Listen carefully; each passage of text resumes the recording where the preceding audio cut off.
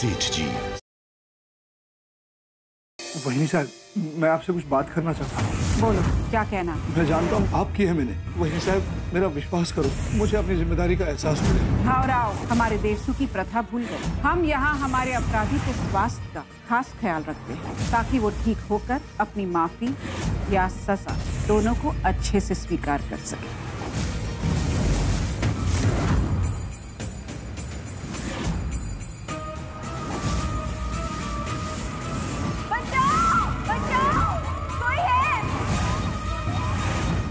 आज हमारे बेटे ने सेठ जी की इकलौती बेटी गौरी को अपने लव में फंसा लिया है। सेठ जी की पूरी दुनिया हिलाने का राज बंद है मेरी मुट्ठी में। जिस दिन चाहूं उस दिन गद्दी हत्या सकता हूं।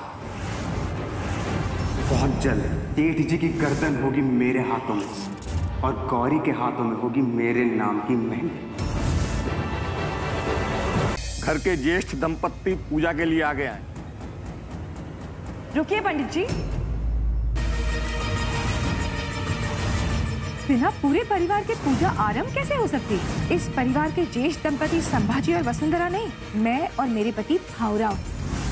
भावराव के कर्मों के लिए उसे कभी माफ नहीं किया जा सकता। तो आज परिवार का ज्येष्ठ समझ के आपने उन्हें पूजा में कैसे बैठने दी? पूरे कौरव वंश को अंत तक ये शकुनी के षड्यंत्र का पता नहीं चल पाया। कौरव अपने अहंकार में आकर अंधे हो गए, लेकिन हम नहीं।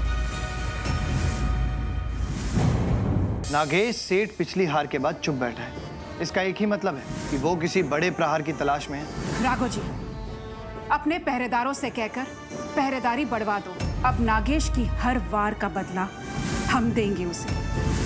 मुझे यकीन है इस बार उसका वार और भी खतरनाक हो सकता है। उसके बेटे से भी सचेत रहना होगा हमें।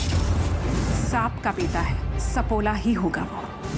लेकिन अब बस, मैं देवसु के किसी भी व्यक्ति को आँच नहीं आने दूंगी। और मायरी, ये भी देखिए ना, मैंने पूरी रात जागकर इसे बनाया है। ये तो बहुत ही सुंदर बन गई है। देखो, अच्छा है ना? उत्तरा बहुत अच्छा है, बहुत सुंदर है। पूरा देवसु जानता है कि तुमसे अच्छी सिलाई बुनाई कोई नहीं करता, है ना? मायरी, आपको मेरी कितनी कद्र है ना। दिन रात मेहनत करने के बाद अगर तारीफ के 2 शब्द मिलते हैं तो बहुत अच्छा लगता है। ए प्रगति, इधर आ, बैठ। देख, उत्तरा ने तेरे लिए कितने अच्छे कपड़े बनाए, वो भी मायरी के कहने पे।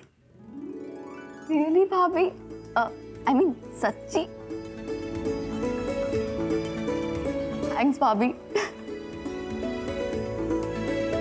सच में बहुत सुंदर बने। पता है भाभी, आप अगर शहर में होती ना, सारे डिजाइनर्स को फेल कर देती। सॉरी, मेरा मतलब बहुत अच्छे बने। और ये देख, ये गौरी के लिए कैसा है? वाह भाभी, ये भी बहुत सुंदर है और ये रंग तो गौरी पे बहुत अच्छा लगेगा। लेकिन गौरी कहीं दिखाई नहीं दे रही।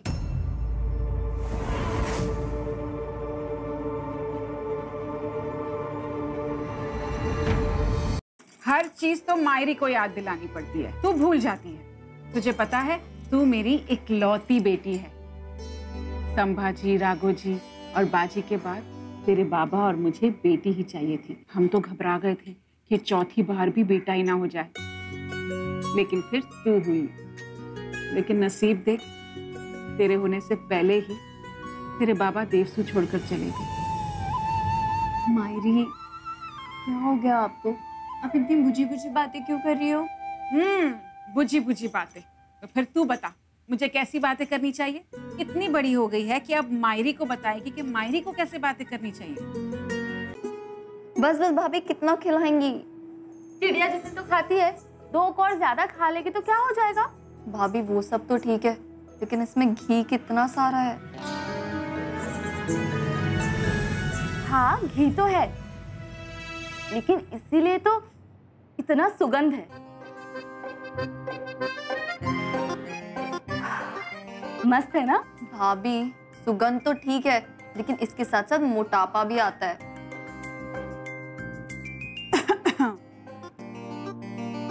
अरे मायरी, आइए। आज हलवा बना है, लेकिन देखिए ना, आपकी छोटी बहू घी से परहेज कर रही है। कह रही है कि घी से मोटापा आता है। तुम्हारे शहर में घी होता होगा मिलावटी, हमारे देवसू में नहीं। हमारे देवसू का घी शुद्ध है। जिस घी से हम हमारे भगवान का दिया जलाते हैं, वही घी हमारे खाने में भी डलता है। इस गांव की शुद्ध घी से ना ही मोटापा होता है और ना ही आलस। सॉरी सेठ जी। वसुंधरा, सबको और हलवा परोसो।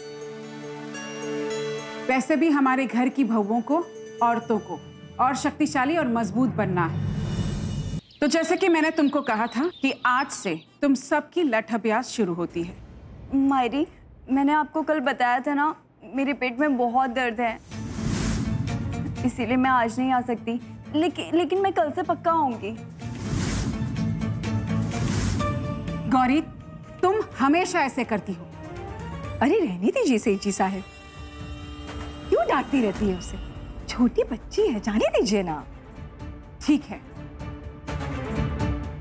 गौरी के स्थान पर आज तुम चलो। देवी, जितनी तेज तुम्हारी जुबान चलती है ना, उतने ही तेज तुम्हारे हाथ पैर चलते होते तो आज हमारे देवसू के कुछ काम आई होती तुम। ठीक है, तुम आज घर पर रहोगी और गौरी की देखभाल करोगी।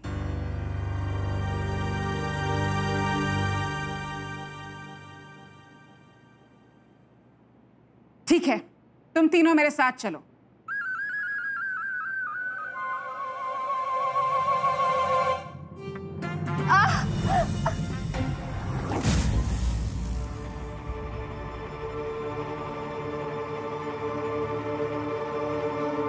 वसु, क्या हुआ ऐसे? अब मायरी, शायद इसके पैर में मोच आ गई।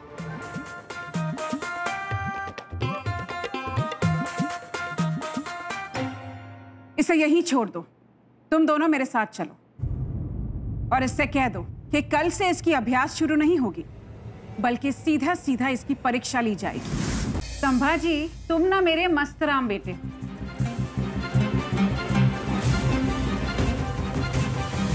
भूकंप है, अभी क्या अभी सब बाहर निकलो।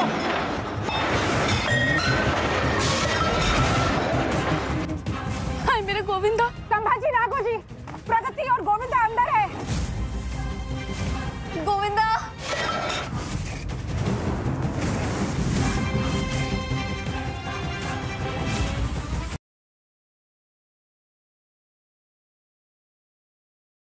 अब बात तो बहुत सिंपल है, बट तुम्हें अभी कॉम्प्लेक्स लग सकती है।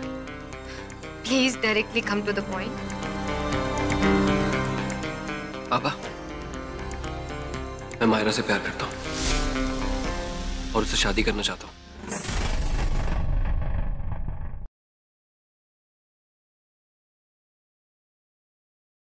चिराग को अगवा करना जरूरी था। मैंने ही आनंद से कहा था कि वो दूसरे कबीले वालों के पास ये काम करवाए। काका भी ये किडनैपिंग चाहते थे। क्या मैं जान सकता हूँ कि कौन बोल रहा है? मैं तेजस्विनी बोल रही हूँ। किडनैपिंग तू मेरे पापा को फंसाएगी? छोड़ो। जितनी आसानी से अच्छा बन सकता हूँ, उतनी आसानी से बुरा भी बन सकता हूँ।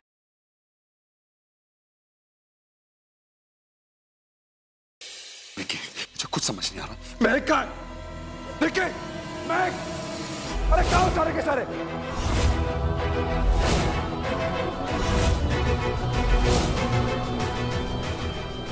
कहा थी तुम? रेस्टोरेंट पहुंचा, तुम्हें पता चला कि तुमने रेस्टोरेंट बेच दिया। किससे पूछ के बेचा तुम? हाँ? मैं बताती हूँ।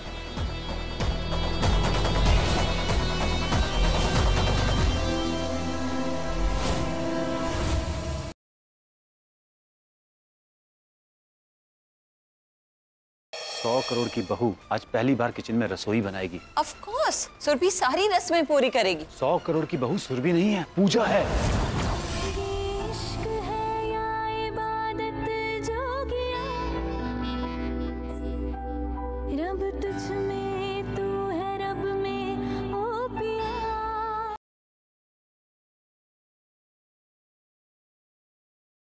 कहाँ जा रही हो तुम दोनों?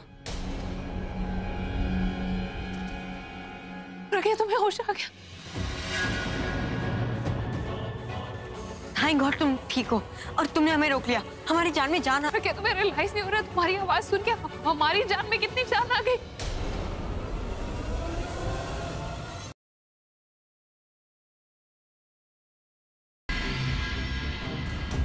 डॉक्टर,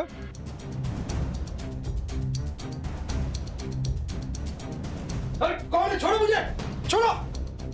अरे छोड़ो, बोलो, छोड़ो, छोड़ो मुझे। आदित्य